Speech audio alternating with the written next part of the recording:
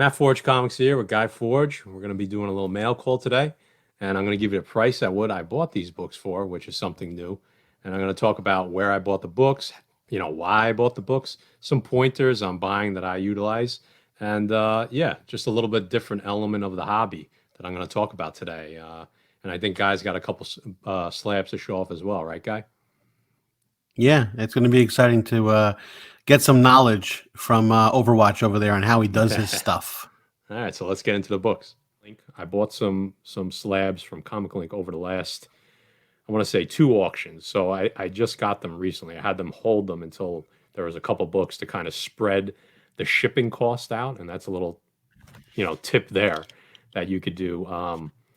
Instead, the shipping for Comic Link can get expensive, but if you have a few books that you send together, it spreads it out, so it lowers that cost. So that's what I do. I call them up. I have them hold my books until there's three or four or more there, and then I have them mail them out.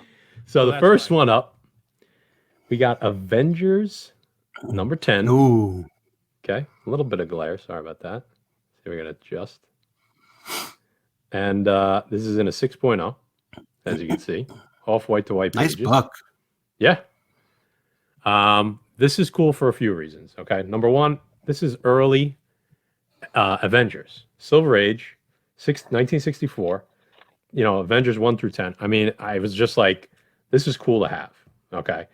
Um, Now, there's another good reason to have this book, and wasn't necessarily looking for it, but I came across it.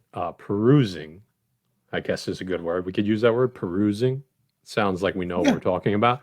Comic Link, their yeah. auctions. Okay. And this is the first appearance of Immortus. And you're probably like, who the hell is Immortus? Who's Well, Immortus? who's Immortus? And it's actually one of the, I guess you could say, egos or aliases of uh, Kang the Conqueror. Okay, so we've heard some Oh, news about Kang the Conqueror possibly being next big baddie in the MCU, and he's got a couple appearances. He's got Avengers 8, right? Well, excuse me. First was Fantastic Four 19, where he showed up as Ramatut because he was a time traveler, right? So Ramatut, Avengers 8, he came in as King the Conqueror. Avengers 10, he's here as Immortus. He's on the cover right here. Okay. So I'm going to tell you, I paid for that book with shipping and tax, because with Comic Link, you do pay tax, $140. Okay. Now, if you look up that, you're probably saying, well, Matt, you're always talking about these great steals. That's kind of right in the range. And I'll tell you, that book's been going for about $120 to $170. The reason I paid slightly more than maybe I usually would is because I just like number one, I like having Silver Age books. I love collecting Silver Age books, early editions, 1 through 10s. Plus, Kang, Immortus slash Kang being in this book, I kind of said, you know what, I'm going to spend maybe a few dollars more. And I still think I did pretty well, right? I'm still in that range, which my cost, I'm calculating with shipping, which the cost that I was talking about, $120 to $170, that's not including shipping and tax and things like that. So I think there was still a pretty good deal. Not a screaming deal, but a good deal. Didn't overpay. So that was my first book. And that, before I show the next three books, I think that kind of lends me to talking about, a little tip that I have, right? So books that I'm hunting for versus books that I find while hunting. Okay. So you're like, what the hell does that mean? Well, a specific book that you're looking for, you search all the sites, you talk to your friends, you go on IG, you go on eBay, you go on Comic Link, you Google it, my comic shop, on, and you look for that specific book. Okay. What I usually do on Comic Link auction specifically, I kind of browse the whole lot of auction, the whole auction lot.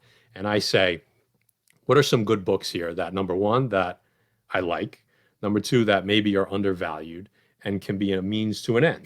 And that's what this was about. Except maybe with this Avengers 10, maybe that one's not as much of a undervalued and a means to an end. And what do I mean, Guy, by a means to an end? I mean that maybe I could get these books at a price that'll allow me to turn around and sell them, to be able to pay for a book that I actually really want or really love to have. So everybody says this is not my saying, but making the hobby pay for itself. I'm sure a lot of you have heard that before. So that's what I was trying. That's what I try to do with some of these comic link auctions. Sometimes I'm going after a specific book. More often than not, I'm just going in, seeing a book that may be undervalued, doing my research, going on sources such as gocollect.com to find kind of the FMV plus the last maybe 4 or 5 sales, or depending. Sometimes there's not a lot of sales history, so I have to do a little bit more digging. Sometimes there is a lot of sales history. So I get an idea of what this book should be going for, what do I want to get it for, and then I just set a max bid. You know what I mean, guy? Guy knows about max bids.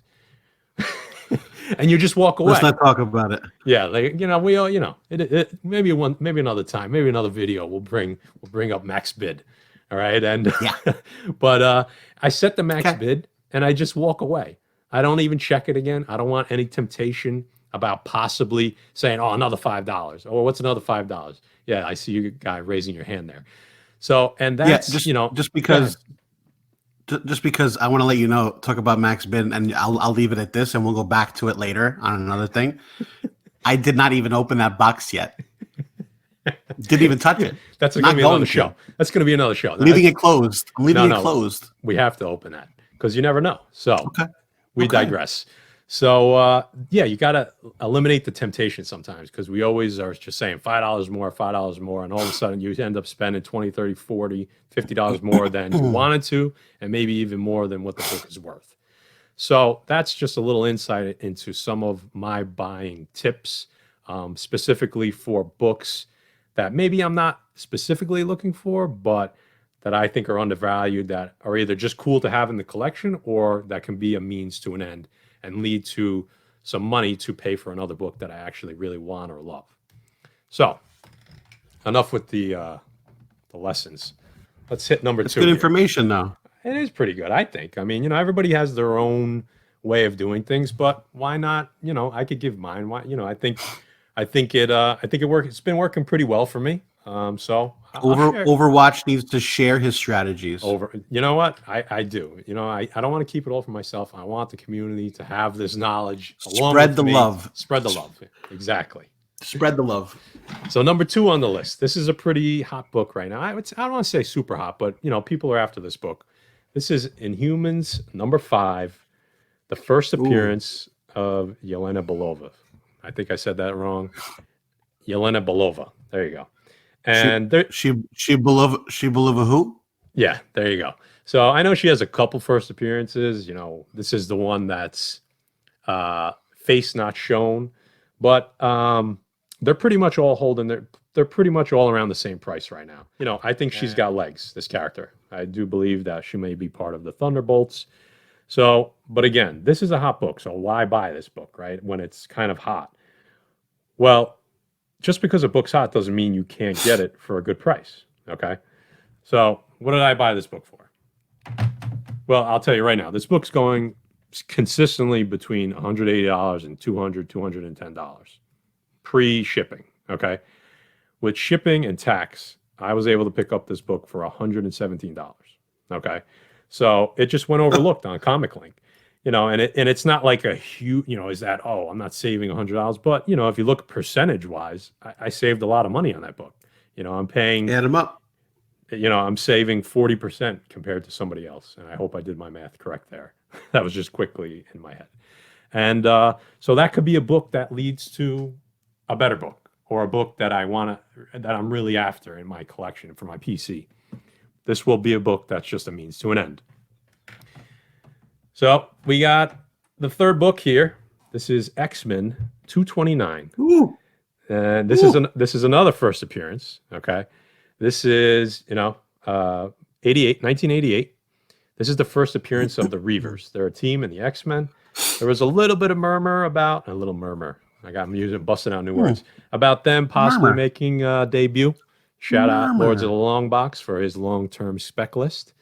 You got to definitely give credit where credit is due. So I wasn't after this book. I kind of remembered it when I passed by in Comic Link.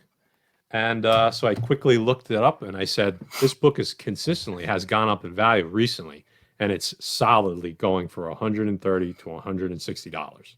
So I'm like, well, I'm not paying anywhere near that. I'm not, but under 100 for a 1980s first appearance in a 9.8, that's music to my ears all day. Another one that you weren't looking for, but it kind of jumped out clicked. at me. And for the price, with shipping and tax of $84, I think I did pretty well, considering that book is solidly going, That's like great, I said, man. for 130 to 160. So again, will it stay in the PC? Maybe. You know, it's a cool book. I love the cover. I love me some X-Men. Colossus, one of my favorite X-Men's on the cover. Wolverine, Storm. I mean, it's a great cover. It's a great book. Okay. How do you think they did Colossus in that movie? In Deadpool? We're not going to talk about that. We're not going to talk about that. I was a little disappointed. No, why? No, I mean, I like them. I like them. I just, my childhood vision of Colossus was different. It's hard to do it, man. I think he did. I think he did great. I absolutely love his accent. Beautiful.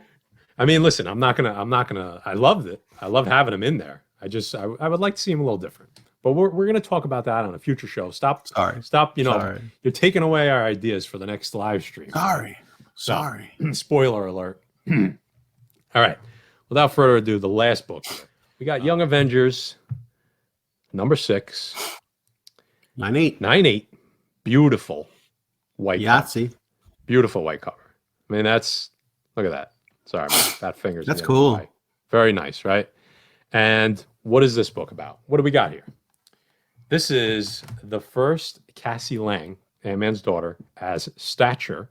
Okay, so that's important because we believe Young Avengers are coming to the MCU. Okay, so again, another book that I'm using as a means to an end. Not something that I would regularly collect.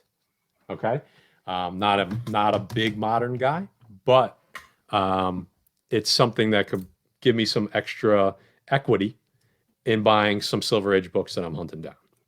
Okay, and Just a cool book, though. And it's a cool book. Another fact about this book is that Kate Bishop, so Hawkeye's daughter, dons Hawkeye's costume for the first time. So you got a double whammy there. So what is this book going for? This book is solidly, and it actually even came down a little bit because people were really buying it up about a year, when Avengers Endgame came out and we saw the grown-up Cassie Lang in the MCU. This book is solidly going for $130 to $140 consistently. I mean, this was, when I looked up this price range, it was very, very consistent. Not a lot of, sometimes you get the one-offs of lower or higher. It was very consistent in that price range. With tax and shipping, again, all said and done, at my door, in my hands, $92. So you got kind of like a first appearance of her, superhero ego stature for under $100 in a 9.8. I take those odds all day, because trying to buy this book raw and trying to hope for a 9.8 with this white cover, I mean, you might have to buy 5 or 6 copies, send it out to get graded, which, after shipping and all that is $40, $50. If you don't do your own pressing, if you need to get it pressed, you're lucky if you can get it under 100 after buying a few raw copies. So skip the chasing, buy the 9.8 sometimes, and it's worth it. So that was my Comic Link mail call, and just kind of my thought process about buying books as a means to an end, and having the hobby pay for itself. And hopefully these books pan out in the way that I want them to. And if it doesn't, I won't be upset because I love comics. There you go. I think Guy has a mail call, right? I think you have a little something. A little bit. So to go the total opposite route of not thinking at all and just buying stuff. Welcome to my end. So okay, this totally is off script, but let's do it. Yeah. So this is actually going to bring out a couple of things. I got a couple of things in the mail, which I said I got a couple slabs. Matt was excited. I kind of called him and I said, you got to see these. I bought a couple of things. I'm waiting for them to come. Again, I had some mail coming and I was excited to go and hear the Stack doorbell. mail. Yeah. Yeah, a couple Kid, boxes came. like a kid at Couple. Christmas now he is. I love it. Yeah. We turned him. So We turned him, YouTube and IG. We turned him. this is something cool that I got. Very cool. Forge. Okay. Forge The coming Agony in of there Forge. strong. Okay. Okay, very cool. 9.6. Got a little glare. Turn it there. Really cool. Really cool cover. Yep. Tell us what Really what that book's about a little bit. I mean, this just goes into the story of obviously Forge was involved in the wars. You know, kind of his story and the backstory of him. That's all. It's fun That's stuff. cool though. Hey, we love Forge here. If you haven't noticed. Yeah, I'm a little Matt Forge. And then Guy this Forge. obviously goes back to why I started collecting comics, just because I love these. So this is Infinity Gauntlet number 2. I love that book. White pages. That's such White a cool cover. pages. 9.6. This Cool is where- cover. I just enjoyed it. That's where it all began for Matt and Guy Forge with comics. It Yeah. was pretty close. You know, maybe that was a couple of years after we started, but that Infinity Gauntlet, we were hooked on that series. And we never I was really addicted to owned. it. We never owned all. I don't know if we did own all 6, but not in slabs, right? And not in great condition. I mean, No. we read through them. So No, I That's mean, I threw kinda- those around Yeah. because I loved them. Like, it was just, that was one of my first slabs. Was Infinity Gauntlet 1. I think it was my first slab. And then I think subsequently, I think I used to fall asleep with reading it, and it landed on my face, or and you know, it fell in the crack of the bed, like you Yeah. know, like in the wall, and I'm like, oh, here's the comic. So very cool. Craziness. Awesome. So Guy has just tripled his slab count from 1 to 3 in a matter 1 to of 3. 1 week. I mean, this is great. Yeah. So I told him the other day when he was all excited about the slabs, and I was like, you know, you got to buy a bin for your slabs now. And he was like, what do you They mean? make bins for the slabs. So, you know, more parts of the hobby. Ongoing. Fun, you know, It's ongoing. Just- yeah. All right. So I think that about wraps it up. Guy, you want to say anything to the people out there? Nah, I mean, that was pretty insightful. I think I am a smarter buyer now because I have listened to Well, that. thank you. Well, thank you, Guy. No problem. Yeah, listen, it's always good to get knowledge from the guys who know what they're doing. Well, I don't know if I really know what I'm doing. Sometimes I just get lucky. So, Lucky's but, good. It's lucky. It's better to be lucky than good. So, we got a couple videos coming up. We got some CGC, the books that I'm going to send out to CGC, and we got some live shows coming up with some guests. So stay tuned for that. And we'd appreciate it if you could like the video, comment on the video, please. You know, give us suggestions. Tell us that we're two idiots on with a camera. Well, that's fine. We'll take that into consideration. And you know, sub up to the channel, please. You know, if you like this content, sub up, and this way you can stay up to date with what we're doing over here. And we really appreciate you guys. So we're signing off here. Matt Forge and Guy Forge. See you on the next one.